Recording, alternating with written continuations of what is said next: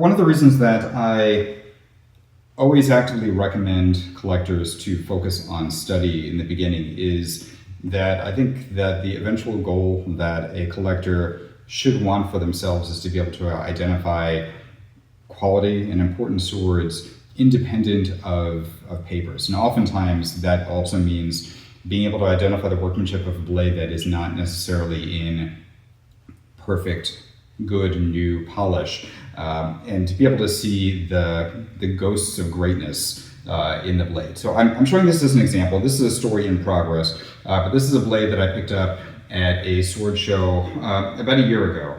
And when I studied the blade, and then in further study, it was evident when I saw the blade that the blade was at least Nanbokuchō-period or earlier. And in follow-up to the video that I just did, the natural patina that is left to age in the nakago is one of the indicators of age. And here you're seeing the color, you're seeing the texture, you're seeing the aging around the bokugiana, you're seeing the way that the bohi run all the way through this very old nakago. And it's very evident that this is an extremely old blade. And then looking at the workmanship in the blade has an extremely active Bizen style hamon, choji hamon. It's very wide, full of activity all the way throughout, in the style of Chogi and his student Kensho.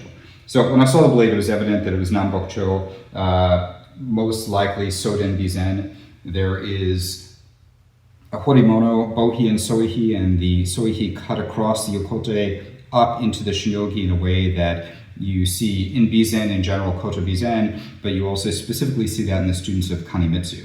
So I'm showing this as an example to say that by looking at great swords, by studying, by trying to expose yourself to as many masterworks as possible, this will create the image in your mind, the archetype of what you want to see for various attributions and various kind of swords. And then when you encounter something in the wild like this that's in old polish and covered with scratches and rust in many cases, you will be able to train your eyes to look beyond that and to see those ghosts of greatness that will tell you this is something really special, and it would be perhaps worth the process of further study and potentially investing in restoration, and then bringing it back to fully restored condition. And that's my intention with this sword. This will be restored in the future.